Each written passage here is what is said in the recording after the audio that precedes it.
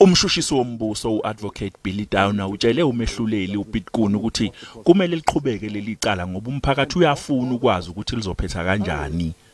Your Lordship has a wide discretion. This court, as I've also argued before, would agree that it's now unhindered by considerations of being bound by suspensions.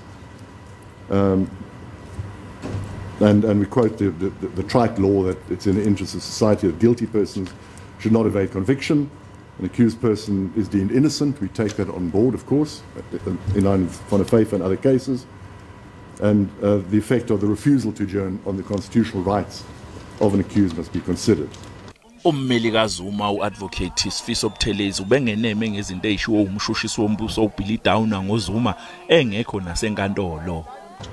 I don't know how many times he used Stalingrad. He's gone and said we're stalling the matter, and he even gone as far as accused him of egregious conduct in his absence in a criminal matter.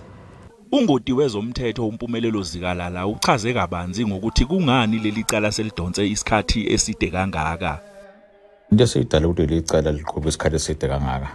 Uformer president noma umongameli uJacob Zuma uthi cha angeke ngakwazi ukuthi icala lami noma icala ngiprosecutor kulona iNPA noma istate liprosecute noma umshushisi omkhulu kubo advocate Billy Downer.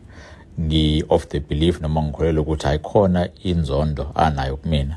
Akenzi nje umsebenzi wakhe ngoba nayo efuna ukuthi zonke izinto asihambe ngohlelo noma mhlambe sihambe ngokomthetho kodwa khona lenzonda nayo uyena usedlala indoda akadlala umthetho noma akenza umsebenzi wakhe ngalendlela umthetho osho ngayo. So ngicela yona inkantolo ke uze ke uzongisave sisebenzisa iCriminal Procedure Act la sothi khona kana lelungelo lokuthi angiprosecute si extend noma mhlambe sichaza lento ukuthi ilungelo lakho lihamba lize lithini lo prosecutor sithi ake sibheke ukuthi indlela umshushisi ayiphatha ngayo kusuke kusayiyona yini noma indlela afanele ayiphathe ngayo ukuthi singayithuli senkingeni ngokuhamba kwesikhathi. Leli cala limayelana nesivumelwano sezigidi zamarandi seyikhali nenkampani yaseFrance iThales. Abantu abalahlwa amacala athinta ukuthengwa kweyikhali ngoye usotswebhu weANC uThoni Yengeni kanye nowayengumeluleki kaZuma wezemali uShabir Sheikh.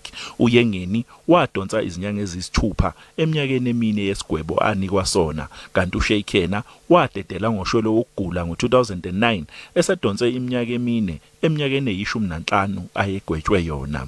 uZuma ubengekho ke enkantolo namhlanje kodwa bekhona ukukhulumela inhlangano yakhe umzwanele manye kanye nabanye.